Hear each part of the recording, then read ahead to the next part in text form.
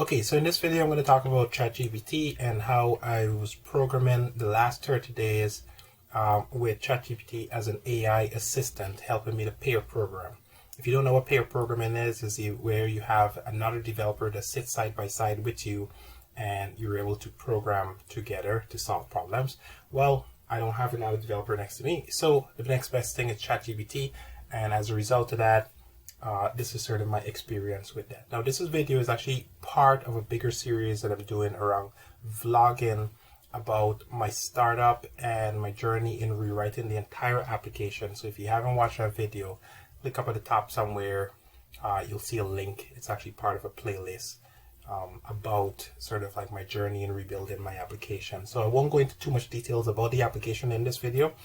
However, in case you haven't watched that video, just to give you some context, my startup is it's a company that basically helps contractors with managing their entire operations, their entire business altogether. And I'm not here to sell you any single thing, or don't worry, so don't feel I'm trying to plug this. It's just my personal sort of journey experience on this channel. So this basically is a startup. It's kind of a dated website at this particular point, and the product itself, which I've talked about in my previous channel, but again, if you haven't watched that video, go back and watch it. This is the product, and basically what it does, it helps you to manage your projects, manage your clients, manage your business, etc. I'm rebuilding the entire thing, and I have some very, very ambitious goals with this project. So I'm rebuilding the entire thing, all 200,000 lines of code. I'm rebuilding, and this is just my walkthrough about that experience. So hopefully it's giving you enough context, but if not, go back and watch the previous video and you'll be able to kind of understand what are the core problems altogether. All right, so I'm basically halfway through this process in terms of talking about things. So here are the things that I'd like to solve. Let's talk about the problems just quickly, again, just to kind of refresh everybody's memory. Okay. So the main problems that I've had is the fact that I have an architecture that the front end, which is what I just showed you just now, right? This front end here is written in Vue, and it basically just submits data to an Azure function, or in the AWS world, Lambda, A-M-D-A, right?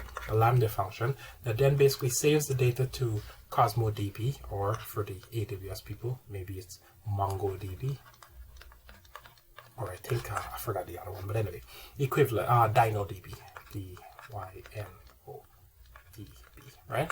So save it there, and then basically puts it on a queue. In this case is Azure Service Bus. Okay, and then another function picks it up and then saves it to the database. Okay, that's basically sort of thing. This architecture works, it's great, it's pretty solid. However, in the event of a failure, there's kind of an issue, and the issue is, let's pretend for a second that this guy fails. Exception, problems, issues, errors, whatever it is. The good news is, a developer could come over here, they could basically go to the logs, CosmoDB, and they could replay that failed thing because it has a status on it, and it could replay their record, run it locally or wherever, and then push it into the right database. Okay, I'm oversimplifying the complexity of this application. Why? Because when we started out, somebody made a decision, I have no idea who did, but somebody did, made a decision that they're going to have one database per customer. And that was because we wanted a 100% pure isolation on data.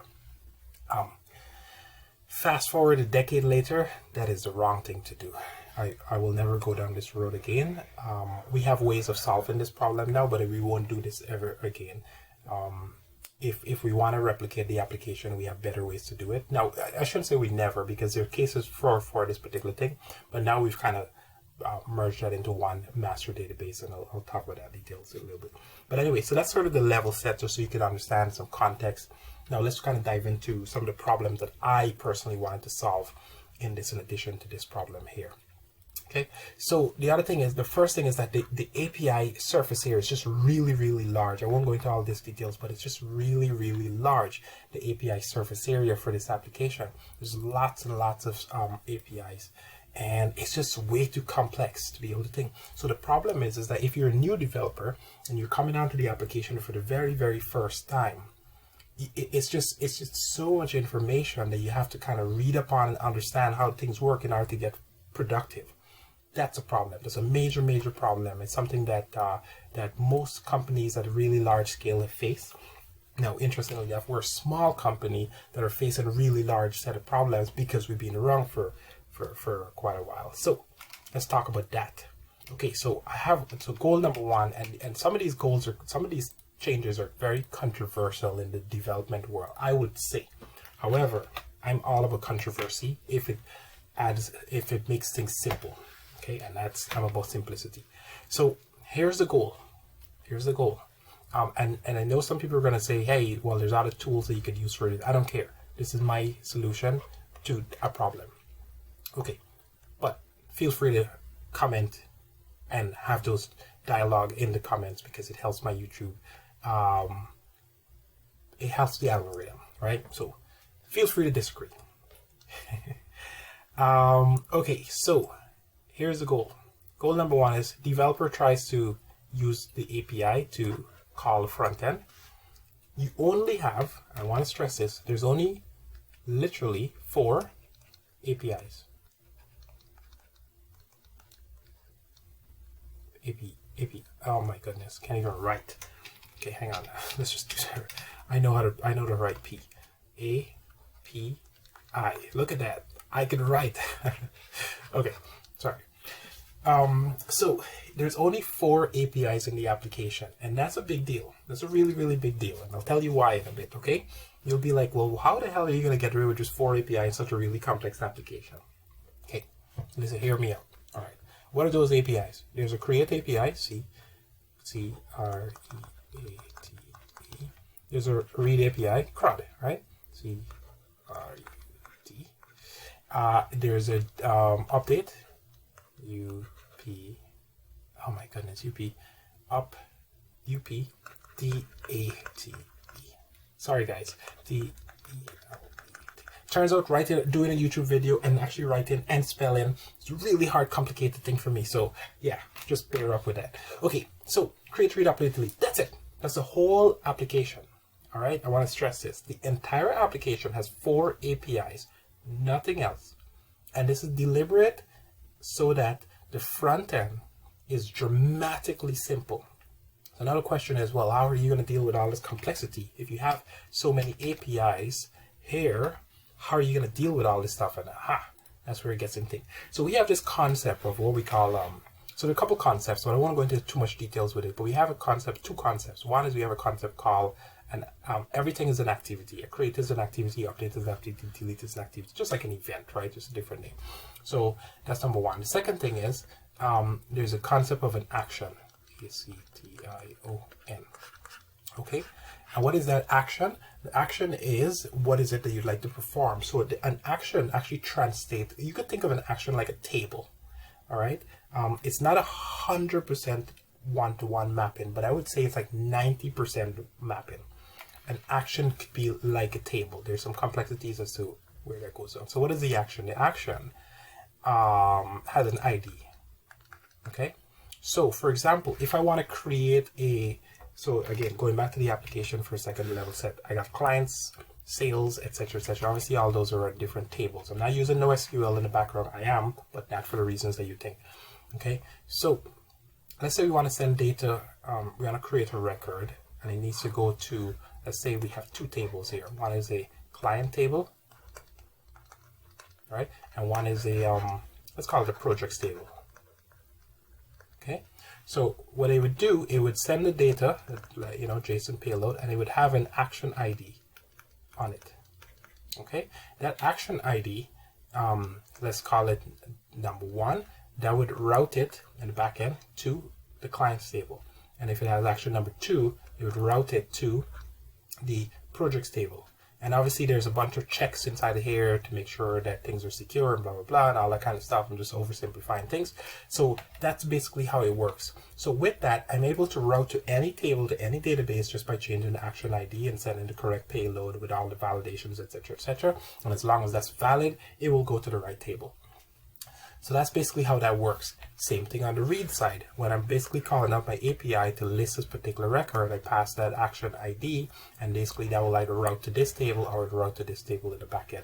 Same thing with update. If I want to send an update. Now, the way how we do update, it's not on an entire thing. So when we actually update a record, we're updating in real time. So if I make a change here, the system will just not save. You see saving, it's waiting. The minute I stop, 500 milliseconds later, sends that to the database saved. Okay, so it'll keep waiting,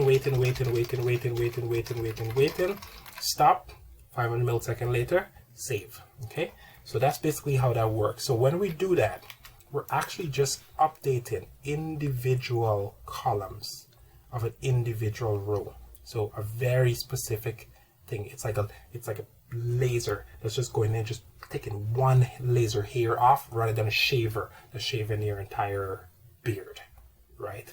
If that analogy works. Anyway, hopefully that's giving you some ideas. So the reason why we're doing that is, number one, is we could sort of micro updates, send updates to the database level. Yes, it's more noisy.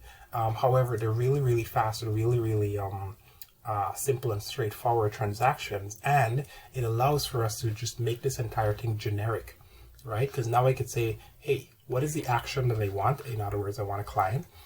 What is the field that I want to update, right? So I know the field.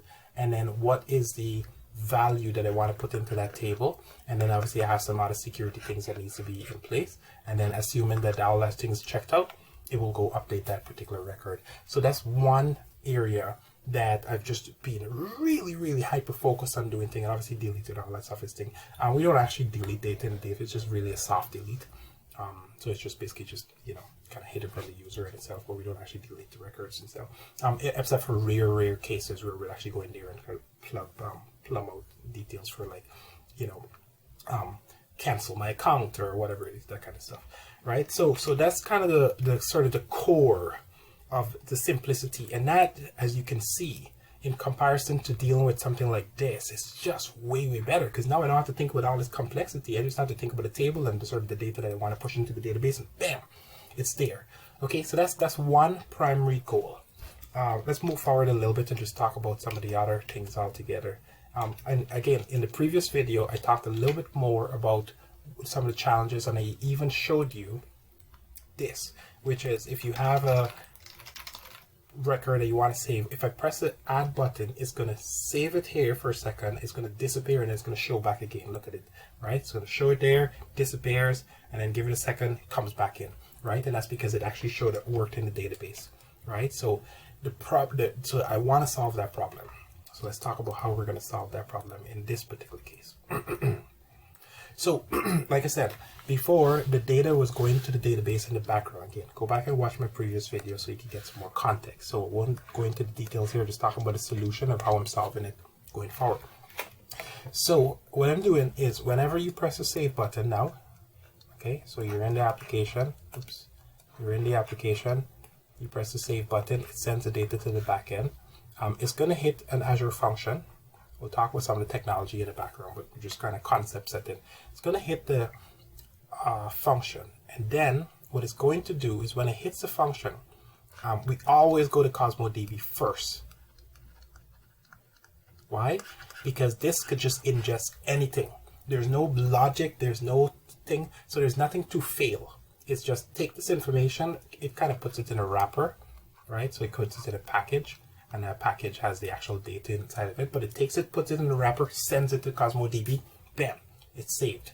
So at least I could guarantee to the user that nothing was lost on that save request, unless there's, I don't know, some major catastrophe that happened, right? And then in that same function, right, this is where it gets a little bit different from what we were doing before. In the same function, it's going to do the actual database write this time. Okay, it's going to send it straight to the database. Now it's going through some other layers in here and that kind of stuff, but I won't go into all the details. The point is, it's going to send it to the database, and then it's going to get that, assuming that the database transaction happens okay, it's going to come back and it says, yeah, we're good. Okay, and then the user still hasn't gotten the requests yet. Then it's going to send it to a queue. Okay. replace this queue with Kafka, RabbitMQ, any of that type of stuff. Just a service, in this particular case, it's a service bus queue. Okay, and it's going to save it to service bus queue. Only at that point, it's going to send back a notification to the customer saying, yep, successfully saved. So that's going to take a little bit more time. It's going to take a little bit more time, but it's not too much time. It's going to take, you know, a couple of seconds later, right? Like a second or two, max a second, right? For every single thing to happen. And the reason why we're doing it this way is because this solves a problem. We can now get back a proper ID from the database right away, and we could give that back to the user, and that user could guarantee that ID is an actual ID, and it's guaranteed that that data is saved in the database, right? So we could give them a number, etc., etc. Okay, so that's the reason why we're doing that in this particular regards. So hopefully that makes some sense to you. There's some complications here, but I'm just trying to simplify what I'm doing different. So, excuse me, in Azure or AWS or even Google, when you save something to blob storage, like you upload a file, they actually write it to 3 different disks, and then they give you confirmation. And so I've kind of taken that principle and just turned it into a cloud version. So my version of a disk is 3 different, let's call it databases, right? So CosmoDB and NoSQL database, a relational database with the actual data, and the service bus queue. So why the queue? Why do we care about a queue?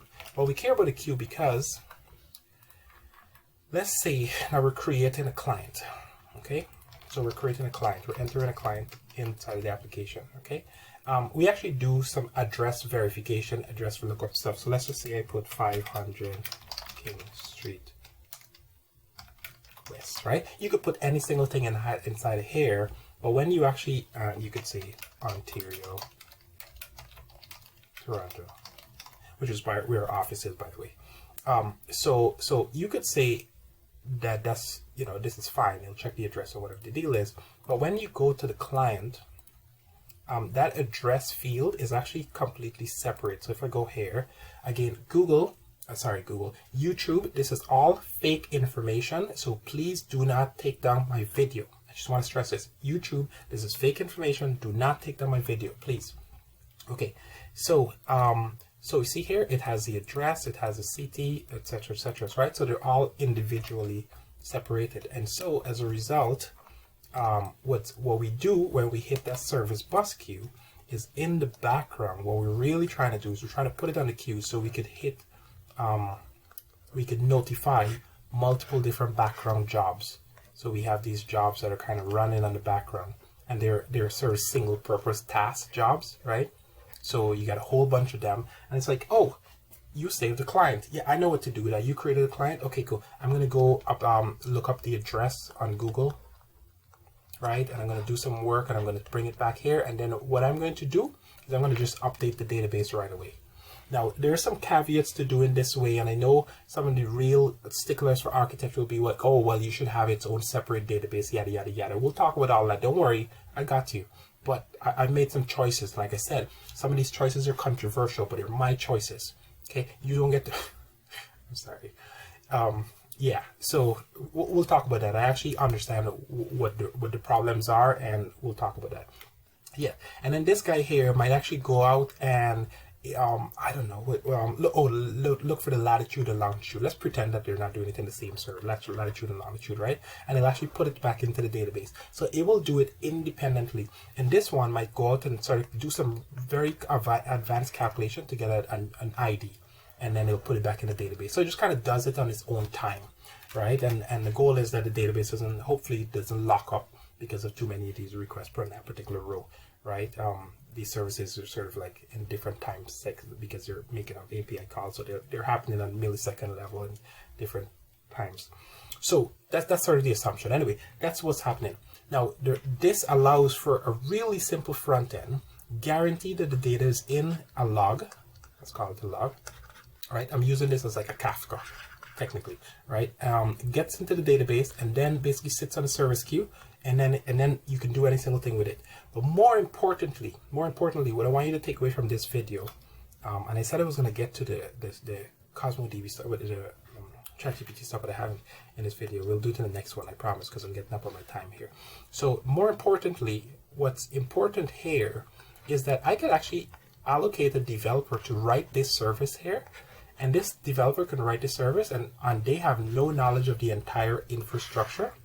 They have no knowledge of it. They're just writing a very specific, isolated microservice. And same thing here. I can have another independent developer because when this data comes on this service bus queue, it comes with everything.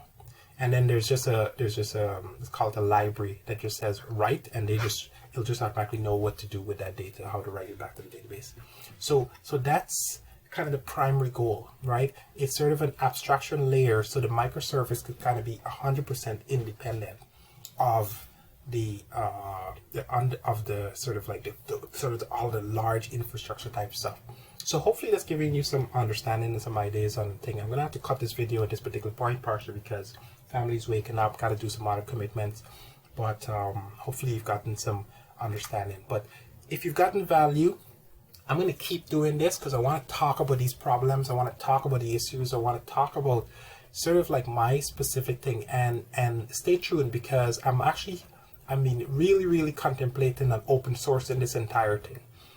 This is a really big application, but I'm actually thinking about open sources. So let me know if this is something you guys are interested in, because there's a lot of stuff here that I'm doing, and I'm kind of thinking about it in real time. And one of the things that I've been thinking about doing is open sourcing the entire thing. So with that, stay tuned for the next video, and we're going to keep talking about this stuff, and it's a little bit more technical, but this is for the technical people that comes to my channel. Hopefully you're getting some value out of it. If not, we're going to continue doing, some of the stuff around meeting and productivity, etc. But I really want to kind of get this out and sort of focus on what I've been building, what are the challenges, what are the problems, etc. Hopefully you've gotten some value. If you have, please subscribe. Go back and watch some of the previous videos. Thank you for your time. Have a great day.